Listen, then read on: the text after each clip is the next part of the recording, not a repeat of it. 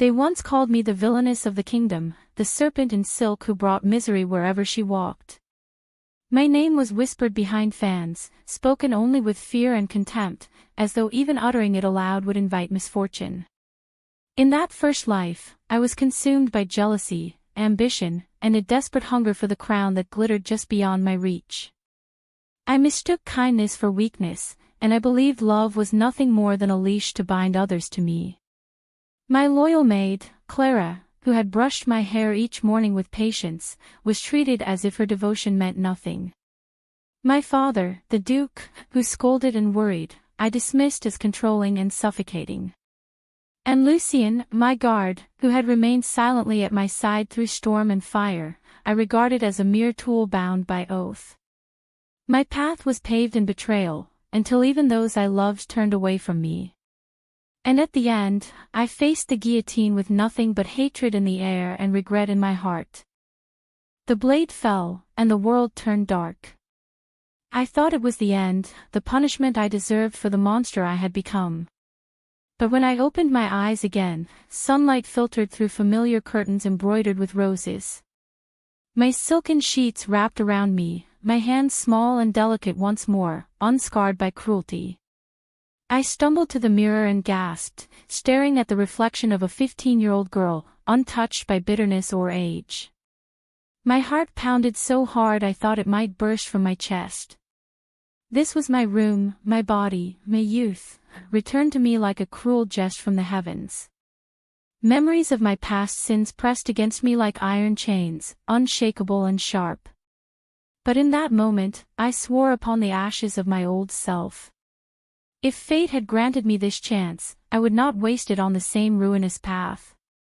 Clara was the first to enter that morning, balancing a tray of tea and bread with her usual bright smile.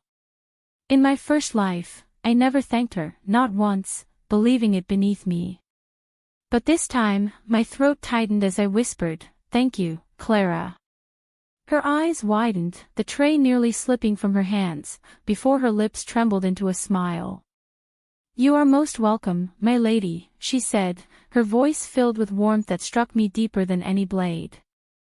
I realized then how much I had robbed myself of such simple kindness. The bread tasted sweeter than any feast I had stolen in my past reign. Tears pricked my eyes, though I forced them down with a shaky smile. Perhaps, I thought, change begins with something as small as gratitude. Later, my father summoned me to his study, his expression as strict as ever. He paced before me, his hands clasped tightly behind his back, his brows furrowed in concern. "Evangeline, you have been neglecting your studies again. A lady of our house must uphold her honor and duty," he declared, his voice sharp as a whip.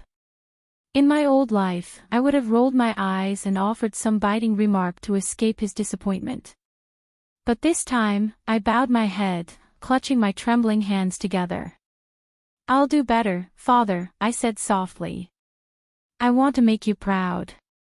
His step faltered, and though he quickly masked it, I saw it, relief and love in his eyes, hidden behind his sternness. That single crack in his armor warmed me more than any crown ever had. Yet the one I feared facing most was Lucien, my personal guard. He stood in the courtyard, sunlight gleaming against his polished sword, his stance perfect and unwavering.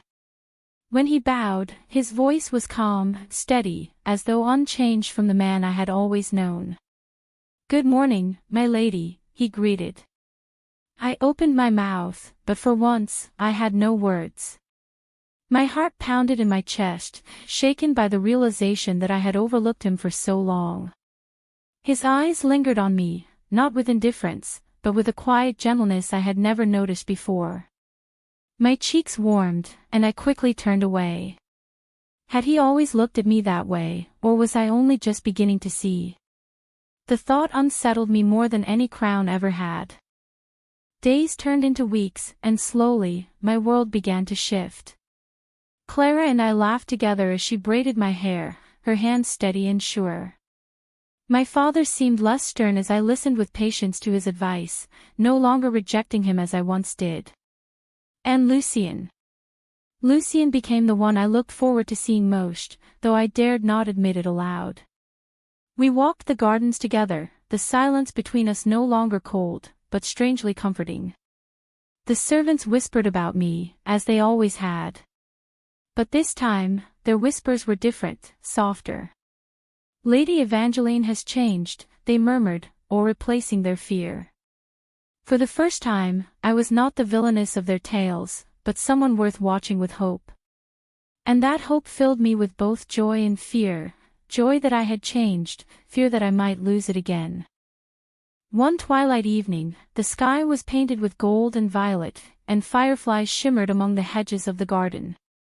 Lucien walked beside me, his sword sheathed, his shoulders relaxed, as though even he had been touched by the gentleness of the night. He glanced at me, his expression unreadable, though I felt the weight of his gaze upon me. My heart fluttered wildly, and I pretended to focus on the flowers to steady myself. Finally, he spoke, his voice quieter than I had ever heard it. "My lady, you've changed." His words lingered in the air, heavy with unspoken meaning. "You smile more. You laugh more. You feel different."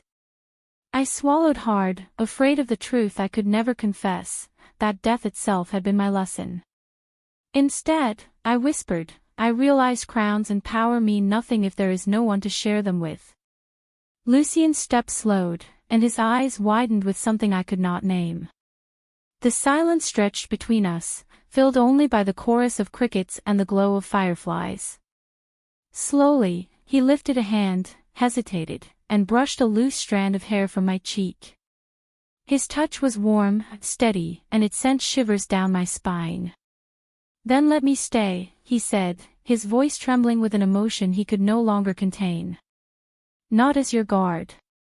Not as your duty. But as the man who loves you." My breath caught, my chest tightening with a pain that felt strangely like joy. Tears welled in my eyes, blurring the fireflies into stars. My voice broke as I whispered, "Yes, please, stay with me. Not as my guard. But as the man I choose." Lucien's breath shook, and then he leaned forward, his lips brushing mine in a kiss so gentle it shattered me. It was not a kiss of passion or greed, but of promise, of love that had been waiting in silence for far too long. My hands clung to him, my heart racing faster than it ever had. I had once chased the prince's affection, blinded by obsession, and lost everything. But here, in Lucien's arms, I found something I had never known before. I found home. From that night onward, everything changed. Clara beamed each morning as I greeted her warmly, no longer a servant, but a friend. My father's eyes softened more often, pride slipping through his stern mask as he watched me grow. And Lucien remained by my side, not as a shadow of duty, but as a partner of love.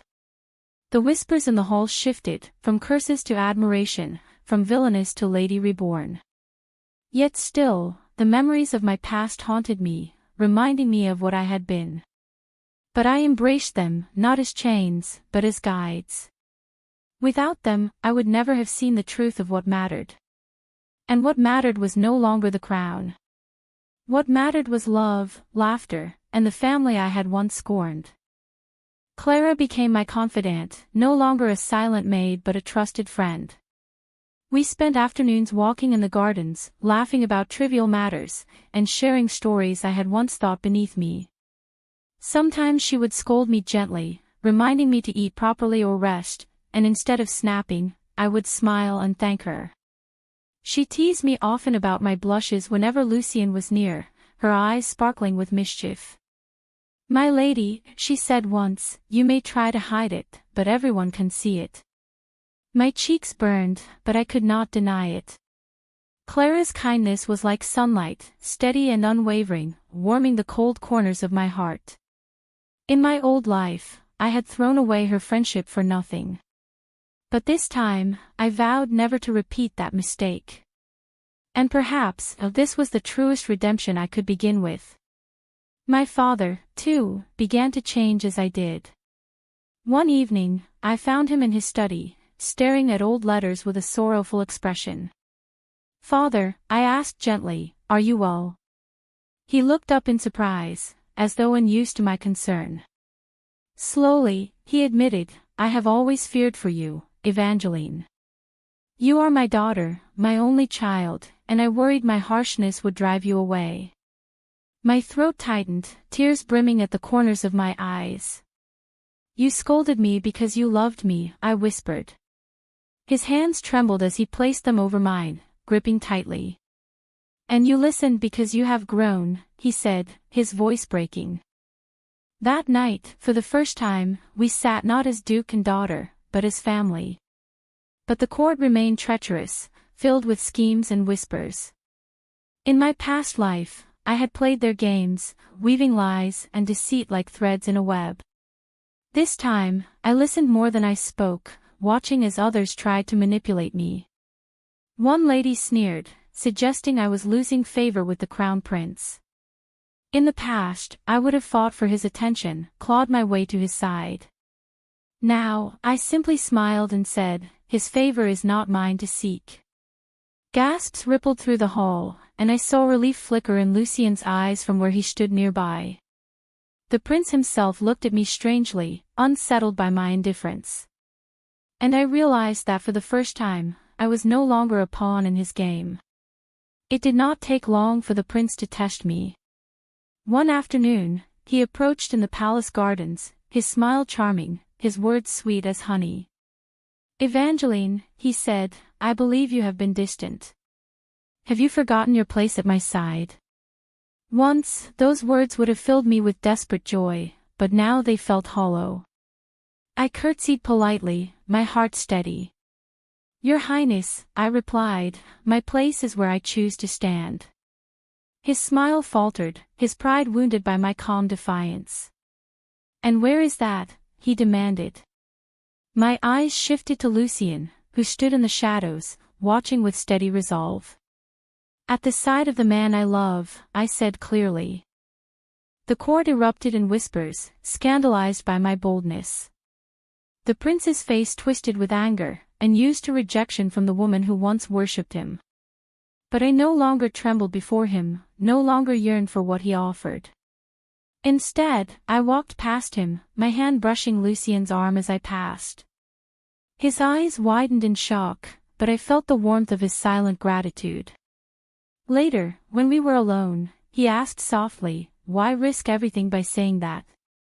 I smiled, tears shining in my eyes. "Because I wasted my first life chasing a crown that destroyed me. This time, I will not waste another moment chasing anything but love." Lucien's hand shook as he pulled me into a trembling embrace.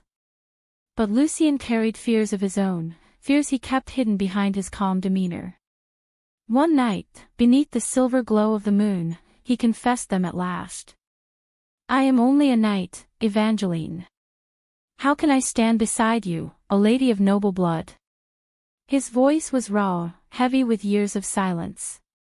I took his hands in mine, pressing them against my heart.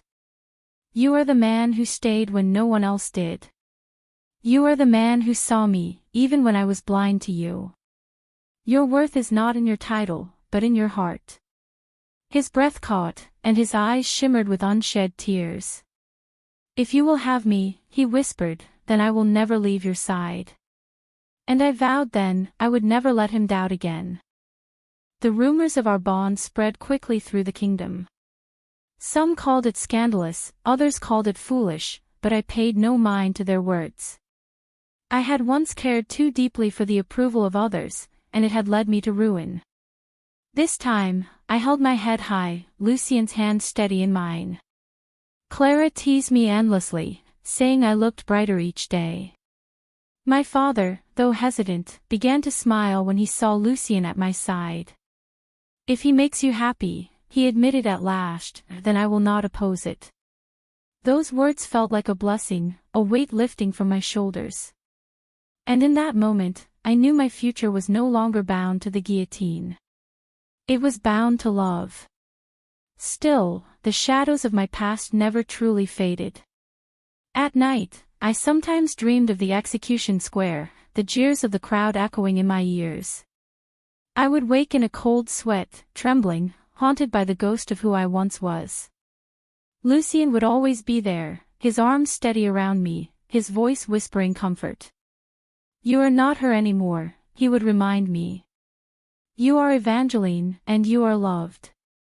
His words became an anchor, pulling me from the abyss of despair. I learned to forgive myself, piece by piece, though it was not easy. Redemption was not a single act, but a choice made every day. And each day, I chose to be better. Seasons passed, and my life blossomed with meaning. The once feared villainess was now a woman of compassion, her reputation mended through kindness and patience. Clara thrived at my side, her laughter filling the halls with light. My father walked with pride again, no longer burdened by fear for my future. And Lucien, my Lucien, remained my constant, his love steady, his smile the brightest gift fate had ever given me. The crown prince, once the center of my world, faded into the background like a forgotten dream. No longer did I crave his attention, nor did his power tempt me. For I had discovered something far greater than any throne. I had found the freedom to choose my own path. And in that choice, I had found love. I was once the villainess, a woman condemned by her own ambition, doomed to die unloved. But fate, in its strange mercy, gave me a second chance. I took that chance not to grasp for power, but to cherish the people I had once scorned. I laughed with Clara, and she became my sister in all but blood.